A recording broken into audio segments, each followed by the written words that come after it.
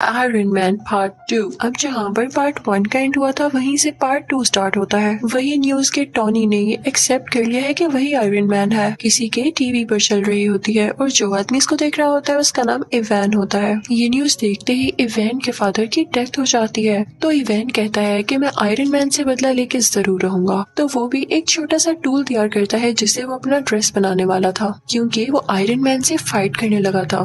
अब कई दिन बाद इवैन का ड्रेस तैयार हो जाता है और वो उसे नाम देता है व्हिपलैश। उसमें ये पावर थी कि वो किसी भी मेटल को काट सकता था। फिर हम देखते हैं कि 6 महीने गुजर जाते हैं और टोनी कुछ लोगों से स्पीच कर रहा होता है। उसने अपना वही ड्रेस पहना होता है। वो बताता है कि मेरे फादर का ये ड्रीम था कि वो एक सिटी बनाए जिसमें एडवांस बिल्डिंग्स हो और काफी अच्छी टेक्नोलॉजी हो, लेकिन वो तो अपना ये ड्रीम पूरा नहीं कर पाए। अब मैं उनका ये ड्रीम पूरा करूंगा। और वो अपना ड्रेस सबको दिखाता है कि ये ड्रेस मेरी हेल्प करेगा। टोनी ये सब बातें करके वहाँ से निकल ही रहा होता है कि तभी उसके पास कुछ लोग आते हैं। वो टोनी से कहते हैं कि आपसे कुछ लोग कुछ बातें पूछना चाहते हैं। वो सब लोग ये चाहते हैं कि आप सुबह कोर्ट में आए। वो आपके ड्रेस के बारे में आपसे कुछ इन्वेस्टिगेशन करेंगे। जब टोनी कोर्ट जाता है तो उसे पता चलता है कि वहाँ पर तो आर्मी है। कोर्ट के सेनेटर उसे कह रहे होते हैं कि सूट तो तुमने काफी अच्छा बनाया है, लेकिन इतनी ज्यादा पावरफुल और खतरनाक चीज तुम्हारे पास नहीं होनी चाहिए। ये आर्मी को दे दो क्योंकि वो अपने सोल्जर्स की काफी अच्छी ट्रेनिंग कर सकती है इससे।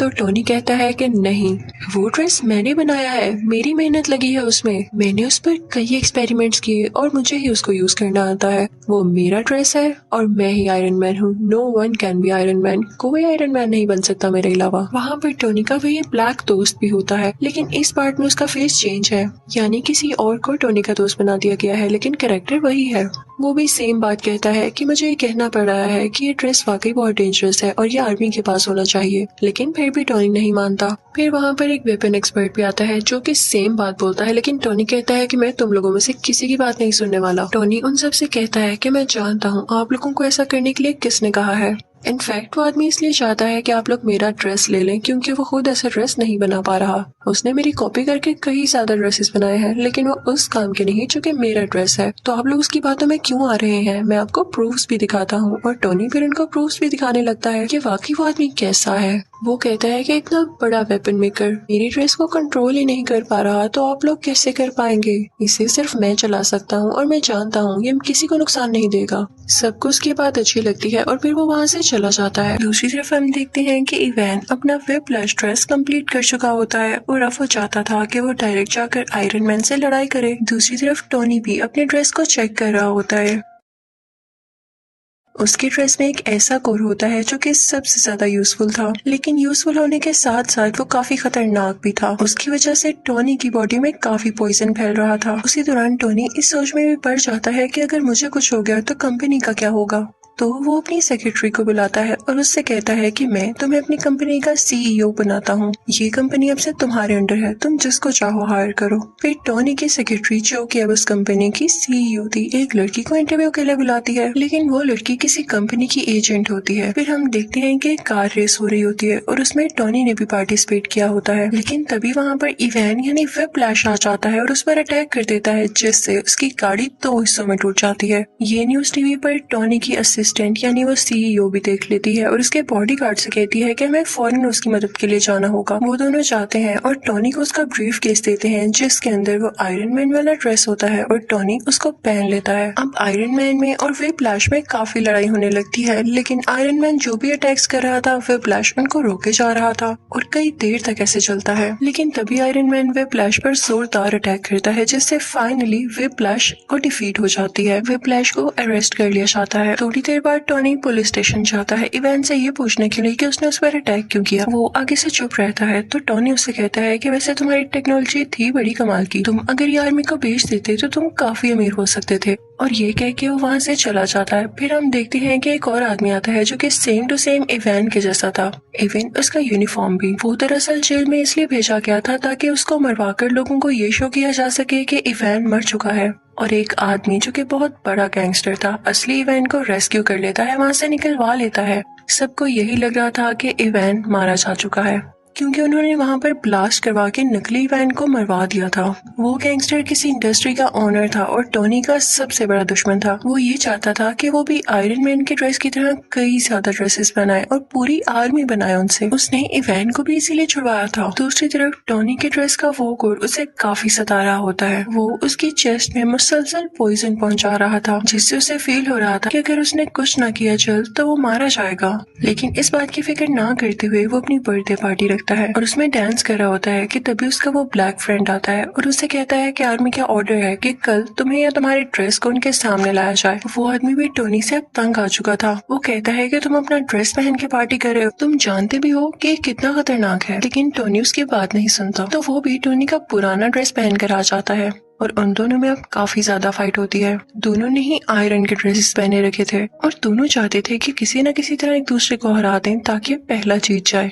अब दोनों अपने अपने हाथ से लेजर निकालने लगते हैं और एट अ टाइम लेजर निकलने से दोनों लेजर्स आपस में टकरा जाती हैं और बहुत बड़ा ब्लास्ट होता है। जहाँ पर ब्लास्ट होता है और टोनी की बर्थडे पार्टी हो रही होती है वो जगह कोई और नहीं बल्कि टोनी की कंपनी होती है। अब वहाँ से टोनी का पुराना ड्रेस लेके वो ब्लैक फ्रेंड तो चला जाता है, लेकिन टोनी वहीं पर नशे की हालत में होता है। फिर हम देखते हैं कि एक आंख वाला आदमी टोनी के पास आता है और उससे कहता है कि तुम्हारे फादर क्या क्या करना चाहते थे और तुम क्या कर रहे हो, तुम नशा करके इधर उधर फिरते रहते हो। तो टोनी कहता है कि अपनी जुबान बंद रखो, तुम होते कौन हो ऐसे बोलने वाले। तो वो आदमी कहता है मैं तुम्हारे बारे में सब कुछ जानता हूँ। वो लड़की जो तुम्हारी कंपनी में इंटरव्यू देने आई थी वो कोई और नहीं बल्कि मेरी ही सीक्रेट एजेंट है और तुम्हारी सारी बातें सारी रिपोर्ट से मुझे देती रही है। फिर वो आदमी ये भी कहता है कि मैं ये नहीं चाहता कि तुम्हारा कोई नुकसान हो,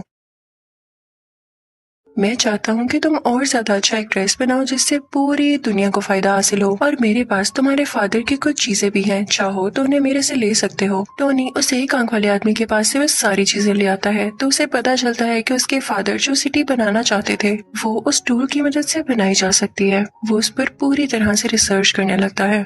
वहाँ पर उसको कोर का पूरा डिजाइन भी नजर आ जाता है। वो उस पर थोड़ी सी और रिसर्च करता है और काफी चेंजेस करने के बाद बहुत ही ज्यादा एडवांस टूल बना लेता है और फिर उसी टूल से वो एक नया ड्रेस तैयार करता है जिसको वो नाम देता है मार्क 6। और साथ ही उसे इवैन की कॉल भी आती है जो कहती है कि मैंने तुम्हारे दुश्मन के साथ मिलकर एक काफी अच्छा ड्रेस तैयार कर लिया है। मैं वेट करूंगा उस दिन का जब तुम और मैं आमने सामने होंगे और देखते हैं कि कौन जीतता है। मैं आप लोगों को राज बताती हूँ कि इन लोगों ने वो ड्रेस किस तरह से तैयार किया। टोनी का वो पुराना ड्रेस जो कि टोनी का दोस्त आर्मी के पास ले गया था, उस ड्रेस में इवैन ने और टोनी के दुश्मन ने कुछ चेंजेस किए और उसको और ज्यादा एडवांस बना दिया कुछ टेक्नोलॉजीज की मदद से, जो कि बहुत सारी वॉर्स लड़ सकता था और फाइट कर सकता था। अब दूसरी तरफ टोनी का दुश्मन लोगों से स्पीच कर रहा होता है कि मैंने आयरन सोल्जर्स बनाए हैं क्योंकि अब आयरन आर्मी का दौर है। दूसरी तरफ टोनी को भी पता चल जाता है कि इवैन किसी के साथ सच्चा नहीं है, तो वो जाता है अपने उसी दुश्मन के पास, उसी इंडस्ट्री के ओनर के पास और उसे जाके कहता है कि इवैन तुम्हारे साथ धोखा करेगा, वो तुम्हारी सारी आर्मी को अपने कब्जे में कर लेगा और वो सिटी पर अटैक कर देंगी। और ऐसे ही होता है। इवैन देखते ही देखते सब सूट्स को अपने काबू में कर लेता है और उस वॉर मशीन को भी, जो कि इन लोगों ने नई टेक्नोलॉजीज के साथ तैयार की थी। वही ड्रेस जो कि टोनी का पुराना ड्रेस था। टोनी उस इंडस्ट्री के ओनर से कहता है कि मैंने कहा था ना, जाओ अब अपने सोल्जर्स को कंट्रोल करो, लेकिन अब बहुत देर हो चुकी थी। तो वो सीक्रेट एजेंट वहाँ पर पहुँचती है जहाँ पर इवैन इन सारे आयरन सोल्जर्स को कंट्रोल कर रहा होता है, लेकिन वो सारे के सारे अपना कंट्रोल खो चुके थे। तभी वहाँ पर आता है टोनी जो कि अब आयरन मैन बन चुका था। वो आते ही अपनी पावर्स का यूज करता है और सारे आयरन सोल्जर्स को मार गिराता है, लेकिन तभी उसके सामने आ जाता है व्हिप्लैश जो कि ज्यादा स्ट्रॉन्ग हो गया आया था अपने उसी ड्रेस में। टोनी यानी आयरन मैन उस पर अटैक करने लगता है, लेकिन अब उस पर कुछ असर नहीं हो रहा था क्योंकि व्हिप्लैश अब काफी स्ट्रॉन्ग हो चुका था और अब वो जानता था कि आयरन मैन का मुकाबला कैसे करना है। तभी टोनी को याद आता है कि जब उसकी और उसके ब्लैक फ्रेंड की लेजर आपस में टकराई थी तो बहुत बड़ा ब्लास्ट हुआ था। वो अपने उस फ्रेंड से कहता है कि हम वो एक्सपेरिमेंट दोबारा से करते हैं। अब वो दोनों ऐसे ही करते हैं और वहाँ पे काफी बड़ा ब्लास्ट होता है। व्हिप्लैश वहीं पर मारा जाता है। अब अगले सीन में हम देखते हैं कि टोनी के पास वही एक आंख वाला आदमी आता है और उससे कहता है कि मैं तुम्हें गुड न्यूज दूं, तुम्हारा जो आयरन मैन वाला ड्रेस है उसको एवेंजर्स ने अप्रूव कर लिया है, यानी अब वो एवेंजर्स टीम में यूज होगा। लेकिन आई एम सॉरी, तुम उसके लिए सिलेक्ट नहीं हुए, तुम्हें सिर्फ पीछे से काम करना होगा। तो टोनी कहता है कोई मसला नहीं, आई एम एक्सेप्टिंग, लेकिन मुझे इस बात का क्रेडिट चाहिए। फिर अगले सीन में हम देखते हैं कि कोर्ट के सेनेटर टोनी यानी आयरन मैन को और उसके ब्लैक फ्रेंड को मेडल देते हैं और उनसे कहते हैं कि थैंक यू, आपने पूरी दुनिया को बचा लिया। और इसी के साथ आयरन मैन पार्ट 2 यहीं खत्म हो जाता है।